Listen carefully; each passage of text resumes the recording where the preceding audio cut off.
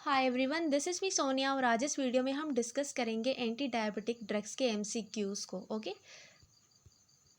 So we have question number 1। The current criteria used in the diagnosis of diabetes mellitus include all of the following symptom except. Diabetes mellitus के लिए जो current criteria है उसको diagnose करने के लिए उसमें वो सारी सिम्टम्स हैं, लेकिन एक वो सिम्टम है जो कि नहीं होती। फास्टिंग हाइपरग्लाइसेमिक और hyperglycaemia, polyuria, polydipsia, tinnitus, and weight loss.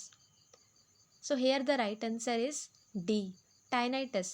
Tinnitus में सिंपली ईयर में बजिंग होता है, बजिंग जैसा फील होता है, जो कि डायबिटीज़ मेलाइटस की सिम्टम नहीं है। और जो भी सिम्टम्स है वो सारी डायबिटीज़ मेलाइटस की सिम्टम है, जिसमें फास्टिंग के टाइम पर ग्लूकोज इंक्रीज हो जाता है, जिसको हम फास्टिंग हाइपरग्लाइसीमिया बोलते हैं। पोलीयूरिया, यूरिन इंक्रीज होता है। पोलीडिप्सिया, थर्स्ट भी इंक्रीज होती है। और वेट लॉस भी होता है। नेक्स्ट है the most useful glucose test used in monitoring diabetes mellitus therapy. अब वो कौन सी मोस्ट यूजफुल ग्लूकोज टेस्ट है जो डायबिटीज़ मेलाइटस की थेरेपी को मॉनिटर करने के लिए यूज़ की जाती है। ऑप्शन से हमारे पास urine monitoring, blood monitoring, renal function monitoring, cardiovascular monitoring and vascular monitoring. So here the right answer is B, blood monitoring, क्योंकि ग्लूकोज इंक्रीज या फिर डिक्रीज हमें तब पता लगेगा जब हम ब्लड को मॉनिटर करेंगे। Question number 3, which of the following statement concerning insulin replacement therapy is most accurate. अब नीचे दी हुई स्टेटमेंट में वो कौन सी मोस्ट एक्यूरेट स्टेटमेंट है जो इंसुलिन रिप्लेसमेंट थेरेपी को ज़्यादा इंडिकेट करती है। ऑप्शन से हमारे पास most commercial insulin product very little with respect to time, course and duration of hypoglycaemic activity. Regular insulin cannot be mixed with NPH or isophene insulin suspension. Regular insulin cannot be given intravenously. Counting or regulating carbohydrate consumption is necessity for all diabetic patients. Insulin therapy does not have to be monitored closely. So यहाँ पर जो correct statement है insulin replacement therapy के लिए वो है हमारे पास डी, काउंटिंग और रेगुलेटिंग कार्बोहाइड्रेट कंजप्शन। कार्बोहाइड्रेट की कंजप्शन को काउंटिंग और रेगुलेटिंग नेसेसरी है जो भी डायबिटिक पेशेंट्स हैं। सो यहाँ पर राइट आंसर है D.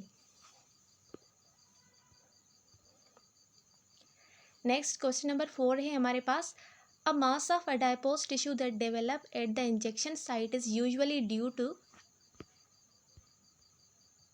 The patient neglect in rotating the insulin injection site. अब जहाँ पर इंसुलिन की इंजेक्शन लगती है उस साइट में एक अडाइपोज टिश्यू फॉर्म होता है, उसका मास फॉर्म होता है, क्योंकि जो पेशेंट है वो इंसुलिन इंजेक्शन को जो वहाँ पर साइट है वहाँ पर रोटेट करने के लिए नेग्लेक्ट करता है। तो इसको हम क्या बोलते हैं, मेडिकल टर्म क्या है इसके लिए। Options lipoatrophy, hypertrophic degenerative adiposity, lipohypertrophy, atrophic skin lesion and dermatitis. So here the right answer is C, lipohypertrophy, यानी लिपिड्स में लिपिड्स का जो मास है वो इंक्रीज हो गया है, इसीलिए लिपोहाइपरट्रोफी है। नेक्स्ट है क्वेश्चन नंबर 5, सल्फोनाइल यूरियास जो कि एंटी डायबिटिक ड्रग है और a primary mode of therapy in the treatment of. ये प्राइमरी मोड है थेरेपी का किसकी ट्रीटमेंट के लिए। Options insulin dependent type 1 diabetes mellitus patient, B diabetic patient experiencing severe hepatic और रीनल डिसफंक्शन, डी और C diabetic pregnant women, D patient with diabetic ketoacidosis and non insulin dependent type 2 diabetes mellitus. So here the right answer is E, जो भी medications यानी जो anti diabetic drugs है वो type 2 के लिए commonly ज़्यादा यूज़ की जाती है। So non insulin dependent type 2 diabetes mellitus वाले पेशेंट के लिए सल्फोनाइल यूरियास प्राइमरी मोड है थेरेपी का। Next question number 6, patient taking chlorpropamide should avoid product containing. अब जो पेशेंट है वो एंटी डायबिटिक ड्रग क्लोरोप्रोपामाइड ले रहा है, उस दौरान वो कौन से प्रोडक्ट से जो कि उसने अवॉइड करने हैं। ऑप्शन है हमारे पास acetaminophen, ethanol, vitamin A, penicillins, milk product. So here the right answer is B, ethanol. जब वो ये मेडिसिन ले रहा है तो उस दौरान उसने इथेनॉल वाली जो भी प्रोडक्ट्स हैं उनको इसने अवॉइड करना है। नेक्स्ट है हमारे पास question number 7, the standard recommended dose of glyburide is. अब ग्लाइब्यूराइड के लिए स्टैंडर्ड रिकमेंडेड डोज क्या है।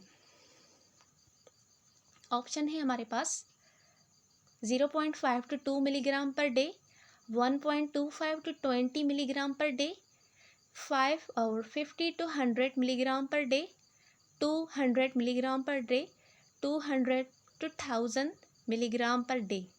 सो here the right answer is B, 1.25 से 20 milligram per day is the standard recommended dose for glyburide. Okay, next question number 8, which of the following में increase the insulin need of diabetic. अब वो नीचे कौन सी medicine है, कौन सी drug है जो कि इंक्रीज करती है इंसुलिन की नीड डायबिटिक्स में।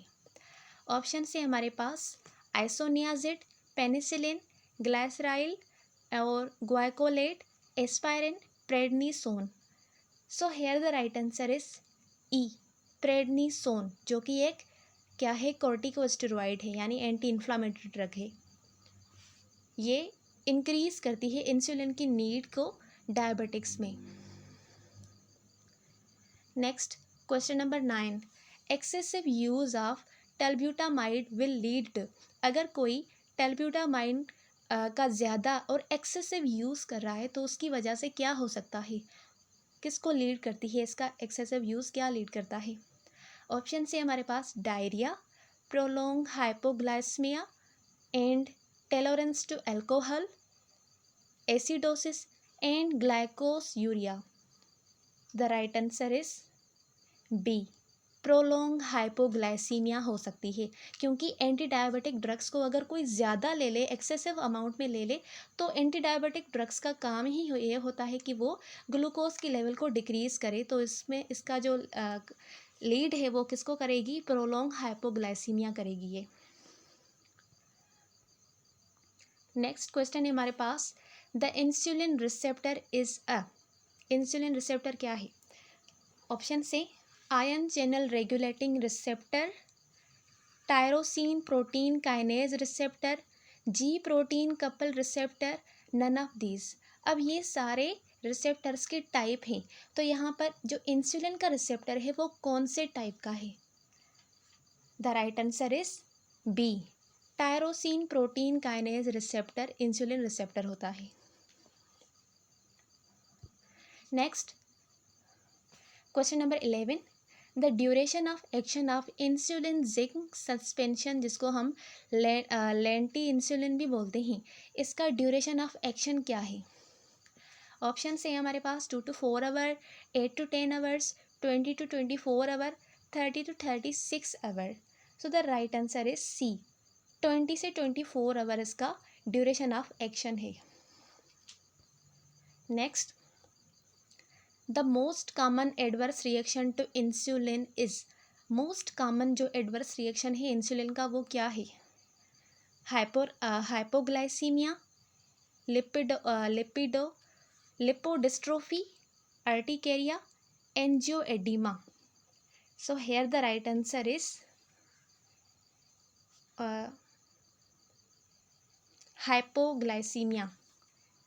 ओके, क्योंकि अगर इंसुलिन को भी हम ज़्यादा यूज़ करेंगे तो ये ग्लूकोज के लेवल को डिक्रीज़ करेगा, तो ये इसका कॉमन एडवर्स रिएक्शन है इंसुलिन के लिए।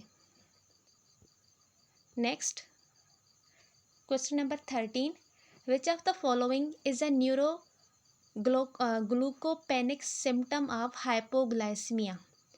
अब वो कौन सी सिम्टम है जो हाइपोग्लाइसीमिया की वजह से न्यूरोलॉजिक सिस्टम में अकर होती है? ऑप्शन से हमारे पास स्वेटिंग, पल्पिटेशन, ट्रिमर और एबनॉर्मल बिहेवियर। तो द राइट आंसर है हमारे पास डी, एबनॉर्मल बिहेवियर, क्योंकि हमारे बिहेवियर को हमारा ब्रेन नर्व सिस्टम रेगुलेट करता है। अगर वहाँ पर ग्लूकोज डिक्रीज जाए तो वो अपना काम सही से परफॉर्म नहीं करेगा, जिसकी वजह से एबनॉर्मल बिहेवियर मिलेगा आपको। The right answer is D. Next question number 14, there is no alternative treatment to insulin therapy for. अब अल्टरनेटिव थेरेपी नहीं है इंसुलिन की थेरेपी के लिए, वो कौन सी कंडीशंस में हो सकती हैं? ऑप्शन से all insulin dependent diabetes mellitus patient, all non insulin dependent diabetes mellitus patient, non insulin dependent diabetes mellitus patient not controlled by sulfonylurea drug, or non insulin dependent diabetes mellitus patient not controlled by bigonide drug। तो यहाँ पर जो right answer है वो है हमारे पास ए, जो भी इंसुलिन डिपेंडेंट डायबिटीज़ मेलाइटस है उन पेशेंट्स के लिए कोई भी insulin alternative to insulin therapy नहीं है। Option question number 15, in a patient of diabetes mellitus maintain on insulin therapy. वो पेशेंट जो डायबिटीज़ मेलाइटस का है उसको हमने इंसुलिन थेरेपी से मेंटेन किया है। Administration of following drugs can vitiate glycaemia control. अब यहाँ पर वो कौन सी फॉलोइंग में कौन सी ड्रग है जो वेटिएट कर सकती है ग्लाइसीमिया के कंट्रोल को?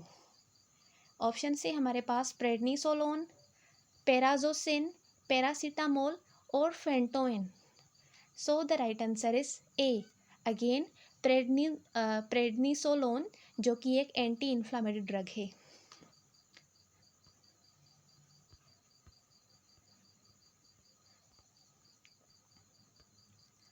Question number 16, the insulin preparation of choice in diabetic ketoacidosis. अब डायबिटिक कीटोएसिडोसिस के लिए इंसुलिन प्रिपरेशन की कौन सी चॉइस होनी चाहिए? ऑप्शन से हमारे पास regular insulin, lente insulin, isophane insulin, mono component insulin. So here the right answer is A, regular insulin use की जाती है डायबिटिक कीटोएसिडोसिस के लिए।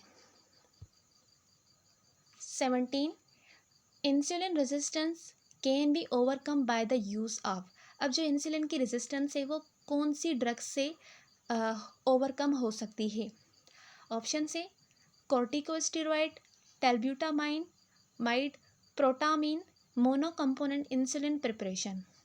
सो राइट आंसर है हमारे पास D, mono component insulin preparation से इंसुलिन की जो रेजिस्टेंस है वो ओवरकम हो सकती है। Question number 18, human insulin are obtained by following source और मेथड एक्सेप्ट। अब जो ह्यूमन की इंसुलिन है वो हम ऑब्टेन करते हैं फॉलोइंग सोर्स से और मेथड से, लेकिन वो एक मेथड है जिसको हम नहीं यूज़ करते इंसुलिन के लिए। ऑप्शन से हमारे पास cadaver pancreas, pro insulin recombinant bacterial, precursor yeast recombinant, enzyme modification of pork insulin.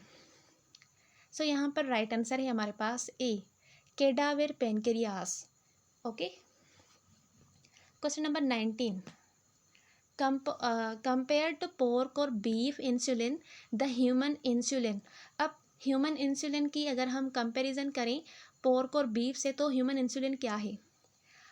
Options are more potent, B have a faster kinetic absorption and elimination, have longer biological action और half life, penetrating blood brain barrier more efficiently. So यहाँ पर right answer है हमारे पास B, human insulin को faster kinetic absorption होती है और एलिमिनेशन भी। नेक्स्ट है the second generation sulphonyl urea hypoglycaemic different from the first generation one in that they. अब जो सेकंड जनरेशन है सल्फोनाइल यूरिया की वो फर्स्ट जनरेशन से डिफ़र करती है, वो कौन सी चीज़ें जो उसको डिफ़र करती है फर्स्ट से? They are more potent, they are longer acting, do not lower blood sugar in non-diabetic subject, and they are less prone to cause hypoglycemic reaction. So यहाँ पर राइट आंसर है A, they are more potent. जो second generation है वो more potent है। Next है question number 21, metformin is preferred over phenformin because. अब जो मेटाफॉर्मिन है उसको हम फेनफोर्मिन से ओवर प्रेफर करते हैं, क्यों करते हैं? ऑप्शन से इट इज़ मोर इम्पोर्टेंट और more potent, it is less liable to cause lactic acidosis, it does not interfere with vitamin B12 absorption, and it is not contraindicated in patient with kidney disease. तो यहाँ पर right answer है हमारे पास B, it is less liable to cause lactic acidosis. अब lactic acidosis की formation को ये कम प्रोड्यूस करती है। ओके, लैक्टिक एसिड क्या करता है? मज़ीद जो इंसान है उसको फटीग करवाता है। लास्ट है 22, sulfonyl ureas do not lower blood sugar level in. अब जो सल्फोनाइल यूरिया है वो ब्लड शुगर को लोअर नहीं कर सकते, कौन सी लेवल, कहाँ पर? ओके, ऑप्शन से non diabetics, non insulin dependent diabetics, insulin dependent diabetes, और none of these. So right answer is C, insulin dependent diabetes में जो सल्फोनाइल यूरिया है वो ब्लड शुगर को ब्लड की शुगर को लो नहीं कर सकते, क्योंकि ये नॉन इंसुलिन डिपेंडेंट डायबिटीज़ के लिए यूज़ की जाती है। So this was the whole. नेक्स्ट MCQs हम नेक्स्ट वीडियो में डिस्कस करेंगे। आई होप कि आपको आज वाले MCQs क्लियर हुए होंगे। मिलते हैं अगले वीडियो में, तब तक के लिए अल्लाह हाफिज़।